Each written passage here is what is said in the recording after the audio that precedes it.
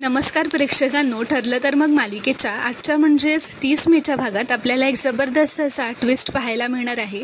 पण त्याआधी जर तुम्ही माझ्या चॅनलवर नवीन असाल तर चॅनलला प्लीज सबस्क्राईब करा. आता आपण पाहतो की प्रताप विमलला असं म्हणतो, विमल तू आज ना सगळा स्वयंपाक स्वतःच करा, सायलीला फिरकूसुद्धा देऊ नकोस किचनकडे. आणि सायली, अगं तू आराम कर बाळा. तर आता प्रताप विमलला सायली, प्रियासाठी व स्वतःसाठी लिंबू सरबत करायला सांगतो.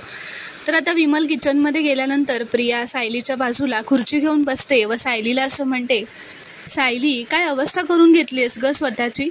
पण तुला आता मी नाही तर आणखीन कोण समजून घेणार आहे. ज्या मधुभाऊंनी आपल्याला लहानाचं मोठं केलं त्यांच्याबद्दलच अशा गोष्टी कळल्यानंतर त्रास तर होणारच ना. तर आता सायली असं म्हणते रागातच की मधुभाऊंनी काहीही केलेलं नसताना त्यांना अटक झालेली याचा त्रास होतोय मला. तर आता विमल सगळ्यांसाठी लिंबू सरबत आणते.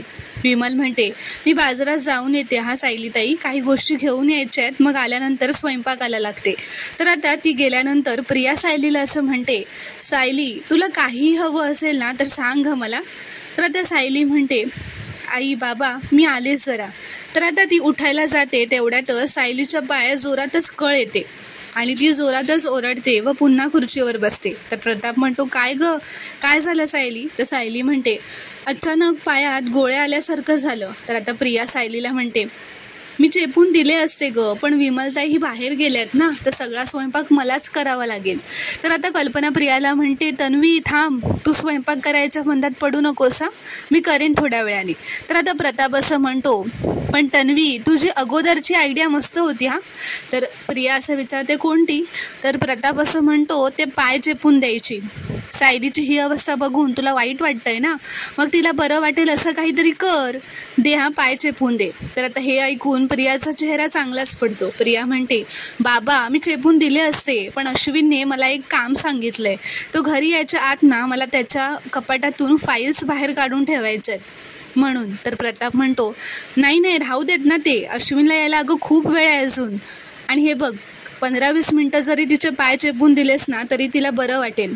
तर पूर्णाजी म्हणते, अरे प्रताप तुला इतकंच वाटत असेल ना तर विमल आल्यावर देईल ना पाय चेपून. तर प्रताप म्हणतो, अगं असं काय करतेस पूर्णाई, तन्वी स्वतःहून म्हणाली ना सायलीचे पाय चेपून देते म्हणून. तुमची धाकटी सून, तिचं मन बघा किती मोठं आहे ते. काय तन्वी. तर तन्वी हो असं म्हणते. तर सायली म्हणते, नाही नको बाबा राहू द्यात, मला थोड्या वेळाने वाटेल बरं.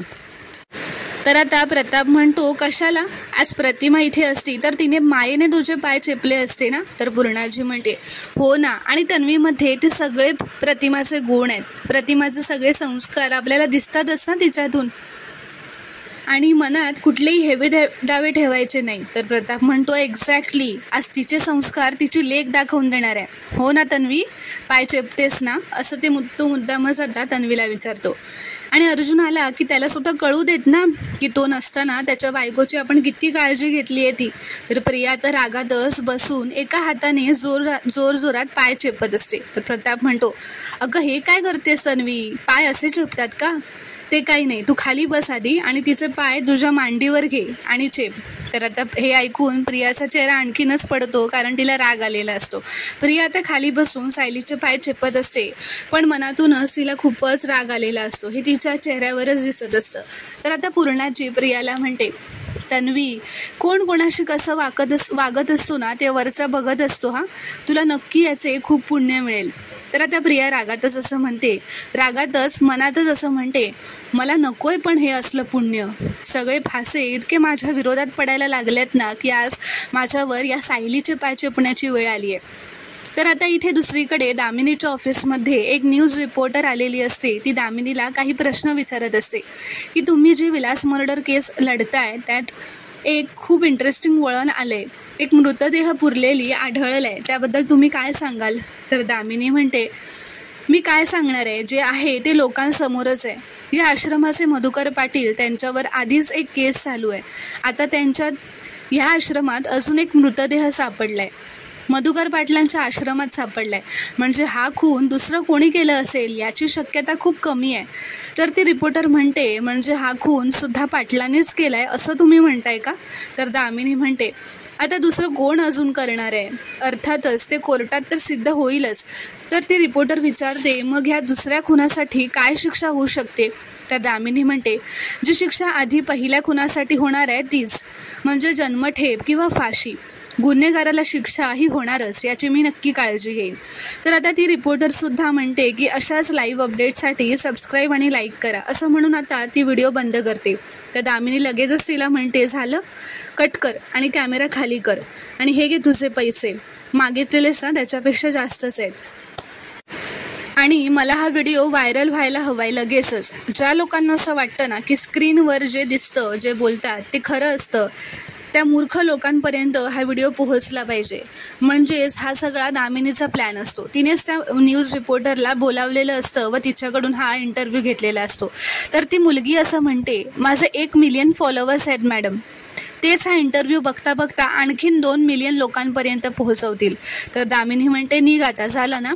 तर आता ती निघून जाते. इथे दुसरीकडे अर्जुन व चैतन्य ऑफिसमध्ये आलेले असतात. अर्जुन चैतन्याला असं म्हणतो, या रिपोर्टमध्ये असं लिहिलं आहे की जी बॉडी आपल्याला मिळाली आहे ती ॲक्सिडेंट किंवा सुसाईड नाही आहे, हा मर्डरच आहे. तर तो असं म्हणतो की दामिनी आणि महिपतने खूप हुशारीने हा प्लॅन केला आहे. तर चैतन्य म्हणतो, वर बघता दामिनी आणि महिपतचा त्या डेड बॉडीशी काही संबंध नाही आहे आणि तो संबंधच लावायचा कसा ते कळत नाही आहे. तर अर्जुन म्हणतो, या दोघांनी नक्कीच कुठला तरी लूप शोधलाय, तो शोधून काढावाच लागेल आपल्याला. हे सगळं ते मधुभाऊंना अडकवण्यासाठी करत होते, हे प्रूव्ह करावं लागेल. तर तेवढ्यातच अर्जुनला आता एक फोन येतो. अर्जुन तो फोन उचलतो व म्हणतो, काय फॅन्टॅस्टिक, आता आपलं इन्व्हेस्टिगेशन खूपच लवकर सॉल्व्ह होईल, असं म्हणत आता तो फोन ठेवतो. तर चैतन्य विचारतो, काय झालं? अर्जुन म्हणतो, पोलिसांना त्या बॉडीच्या फेशियल डिटेक्शनसाठी पोलिसांनी अप्लाय केलं होतं, त्याचं अप्रुव्हल आले. तर चैतन्य म्हणतो, म्हणजे आता बॉडी कोणाची आहे हे आपल्याला खात्रीशीरपणे कळेल का? तर अर्जुन म्हणतो, येस, आणि जर तो माणूस आश्रमाशी कनेक्टेड असेल तर सायली त्याला नक्कीच ओळखेल. एक काम कर, या फेशियल डिटेक्शनमध्ये सायली साक्षीदार म्हणून तिथे उभी राहणार आहे याची परमिशन काढून आण. तर चैतन्य म्हणतो, हो, मी लगेच कामाला लागतो. तर आता इथे दुसरीकडे प्रताप व कल्पना त्यांच्या खोलीत असतात. प्रिया तिथे येते व म्हणते, आई बाबा, मला थोडं बोलायचं आहे तुमच्याशी. ती असं म्हणते की आपल्या घरातलं वातावरण किती खदूळ झालं आहे ना. मधुभाऊ मला माझ्या वडिलांसारखे आहेत, ते असले तरी पण त्यांचं खरं रूप मी माझ्या डोळ्यांनी बघितलं आहे आणि आता त्यांनी केलेली पापं आपल्या घरापर्यंत येऊन पोचली आहेत आणि ते काका काकूंसारखे दुसऱ्या आश्रमात पण राहू शकतात ना, किंवा कुसुमताईकडे सुद्धा राहू शकतात, मग ते इथेच का राहत आहेत? तर आता प्रताप हे सगळं ऐकून उठून उभा राहतो व रागातच असं म्हणतो, कारण ते सायलीचेही बाबा आहेत आणि त्यांनी इथे राहावं ही सायली आणि अर्जुनची इच्छा आहे. तर प्रिया म्हणते, पण बाबा त्यांच्यामुळे पोलीस घरात आले. तर प्रताप म्हणतो, अगं माझ्यामुळे सुद्धा आले होते, म्हणून मी वाईट माणूस ठरतो का? तर आता इथे दुसरीकडे सायली तिच्या खोलीत असते व ती मोबाईलवरती बातम्या बघत असते. तेव्हा ती जी न्यूज असते ती तिच्या समोर येते. आता ती न्यूज बघते जी दामिनीने त्या न्यूज रिपोर्टरला बोलावून पैसे देऊन बनवायला सांगितलेली असते. तर आता ती न्यूज बघितल्यानंतर सायली असं म्हणते, 100 वेळा खोटं बोललं ना की तेच खरं वाटायला लागतं आणि ही दामिनी नेमकं तेच करते. तर इथे प्रिया प्रतापला असं म्हणते, नाही तसं नाही, मधुभाऊंवर 2 खुनांचे आरोप आहेत ना आणि त्यात त्यांचा कुठल्या गुंडांशी संबंध असतील काय माहिती. अशा माणसाला आपल्या घरात ठेवणं आपल्या सेफ्टीच्या दृष्टीने चांगलं नाही आहे ना. तर आता कल्पनाला तिचं म्हणणं पटतं. ती म्हणते की हो ना, हे खून, डेड बॉडी हे असे शब्द खूप दूरपर्यंत ऐकले होते, पण आता हा गुन्हा आपल्या घरापर्यंत येऊन पोहोचला आहे, त्यामुळे अशा गुन्हेगारांना आपल्या घरात राहावं हे मलाही नाही पटत आहे. तर आता तिचं असं बोलणं ऐकून प्रताप म्हणतो, कल्पना, मधुभाऊंवरचा गुन्हा अजून सिद्ध झालेला नाही आहे, ते फक्त संशयित आहेत. तर प्रिया म्हणते, त्यांच्यासारखा वाईट माणूस ना तर आता ती असं म्हणतच असते. तेवढ्यात प्रताप तिला थांबवतो व मध्येच म्हणतो, कोण चांगलं आणि कोण वाईट याबद्दल तर तू बोलूच नकोस तन्वी. तुझी आणि साक्षीची मैत्री आहे ही गोष्ट तू आमच्यापासून लपवून ठेवलीस. आम्ही त्याच्याकडे दुर्लक्ष केलं म्हणून आम्ही ते विसरलो असं होत नाही. साक्षी आणि तुझी मैत्रीच नाही आहे हे खोटं तू 2 वर्ष बोलत होतीस. आता तू कुठल्या अधिकाराने मधुभाऊंवर बोट उचलतेस ग? तर आता हे ऐकून प्रिया मात्र आता गप्पच होते, कारण ती घाबरलेली असते, तिला काय बोलावं हे सुचत नसतं. इथे सायली असं म्हणते यांनी तो व्हिडिओ बघितला असेल का असं म्हणत ती आता अर्जुनला कॉल करते व सगळं सांगते की दामिनी त्या व्हिडिओमध्ये काय म्हणाली आहे. तर अर्जुन म्हणतो, सायली तू परत पॅनिक होऊ नकोस ग. अशा व्हिडिओमध्ये दिलेल्या मुलाखतीचा कोर्टामध्ये काहीच उपयोग होत नाही. तू शांत राहा, काही होणार नाही आहे. आणि तू काही खाल्लंस का असं तो विचारतो. तर सायली हो असं म्हणते. तर अर्जुन म्हणतो, मग तू आता आराम कर. दामिनीला जे करायचं आहे ते करू देत. आपण स्ट्रॉंग आहोत आणि स्ट्रॉंगच राहणार आहोत. तर आता सायली ठीक आहे म्हणत फोन ठेवते. तर प्रेक्षकांनो, पुढील भागात काय घडणार हे पाहणं खूपच रोमांचक ठरणार आहे. व्हिडिओ पूर्ण बघितल्याबद्दल धन्यवाद. व्हिडिओ आवडल्यास कॉमेंटमध्ये नक्की कळवा व चॅनलला प्लीज सबस्क्राईब करा.